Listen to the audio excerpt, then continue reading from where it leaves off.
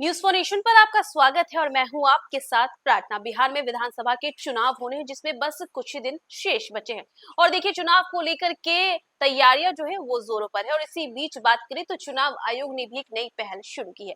दरअसल बात करें बिहार विधानसभा चुनाव के बारे में तो 2 चरणों में चुनाव होना है। पहला चरण 6 नवंबर को होगा और दूसरा चरण 11 नवंबर को और नतीजे 14 तारीख को आ जाएंगे। और इसी के साथ साथ बात करें तो चुनाव को लेकर के जहां एक और तैयारियां की जा रही है तो वहीं दूसरी ओर मतदाताओं को राहत देने के लिए इलेक्शन कमीशन ने एक नई पहल शुरू की है। जी हां, आपको बता दें कि इस पहल के जरिए हर मतदाता को काफी ज्यादा राहत मिलेगी चुनाव में वोट देने के लिए। तो चलिए आपको भी बताते हैं कि आखिर इलेक्शन कमीशन ने ये क्या नई पहल शुरू की है। दरअसल बात करें तो बिहार विधानसभा चुनाव की तैयारियों के बीच चुनाव आयोग ने वोटर्स के लिए एक बड़ी सुविधा शुरू की है और अब किसी भी मतदाता को अपना बूथ या लोकेशन ढूंढने के लिए इंटरनेट या दफ्तरों के चक्कर नहीं लगाने होंगे।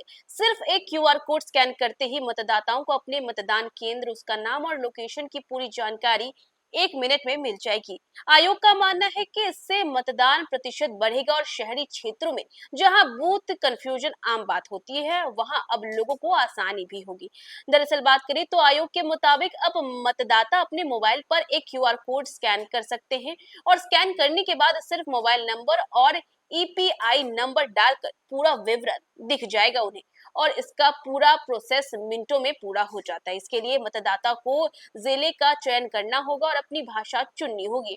और बात करें तो नाम या एपिक नंबर के जरिए अपने विवरण की पुष्टि करनी होगी। वहीं पुष्टि होते ही स्क्रीन पर उनका मतदान केंद्र, बूथ नंबर और लोकेशन सामने आ जाएगा। बात करें तो बिहार में चुनाव प्रचार के बीच आयोग ने इस तकनीक की जानकारी आम जनता तक पहुंचाने के लिए सार्वजनिक स्थलों पर विशेष अभियान शुरू किया है। पटना, गया, भागलपुर और मुजफ्फरपुर में छठ पूजा के घाटों, बस स्टैंड और बाजारों में डिजिटल होर्डिंग, क्यूआर कोड मौजूद है। बात करें तो इसके साथ ही आयोग social media platform x, Facebook और इंस्टाग्राम पर भी जागरूकता अभियान चला रहा है और इसका मकसद है कि ज्यादा से ज्यादा युवा मतदाता इस सुविधा का उपयोग कर और बिना समय गवाए सीधे अपने बूथ पर पहुंच सके। चुनाव आयोग ने केवल तकनीकी सुविधा पर ही नहीं बल्कि पारदर्शिता और निष्पक्षता पर भी जोर दिया है। पटना डीएम डॉक्टर त्यागराजन ने कहा कि आचार संहिता को लेकर के कोई कोताही बर्दाश्त नहीं की जाएगी। वहीं चुनावी क्षेत्र में चल रहे चुनाव प्रचार कार्यक्रमों, वाहनों और उम्मीदवारों के खर्च की निगरानी भी की जा रही है। बात करें तो उन्होंने साफ किया है कि नगद या अन्य सामान बांटने की कोशिश कानूनी अपराध है।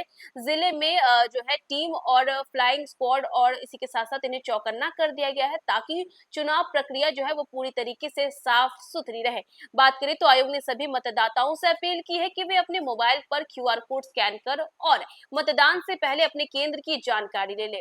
इसी के साथ बूथ तक पहुंचने में समस्या आने पर मतदाता हेल्पलाइन या निर्वाचन कार्यालय से सीधे संपर्क भी कर सकते हैं। और यह पहल न केवल मतदान प्रक्रिया को डिजिटल बनाएगी बल्कि बिहार में पहली बार इतने बड़े पैमाने पर टेक्नोलॉजी का उपयोग वोटर सुविधा के लिए किया जा रहा है। और देखिए अक्सर ही लोगों को जो है बूथ को लेकर के कंफ्यूजन रहती थी, लेकिन अब चुनाव आयोग ने इसके लिए भी रास्ता जो है वो निकाल दिया है। तो देखा आपने कि बिहार में होने वाले विधानसभा चुनाव को लेकर के चुनाव आयोग ने ये नई पहल शुरू की है जिससे जो मतदाता है उन्हें काफी ज्यादा जो है आसानी होगी। अक्सर ये होता था कि बूथों को लेकर के कंफ्यूजन रहता था, लेकिन अब क्यूआर कोड स्कैन कर कर आप तमाम जानकारियां हासिल कर सकते हैं। तो फिलहाल इस खबर में बस इतना ही। न्यूज फॉर नेशन पे खबरों का सिलसिला जारी रहेगा, तब तक के लिए नमस्कार। सूरज की पहली किरण के साथ जाग उठा बिहार, हर मत बने नई उम्मीद, हर कदम जिम्मेदारी।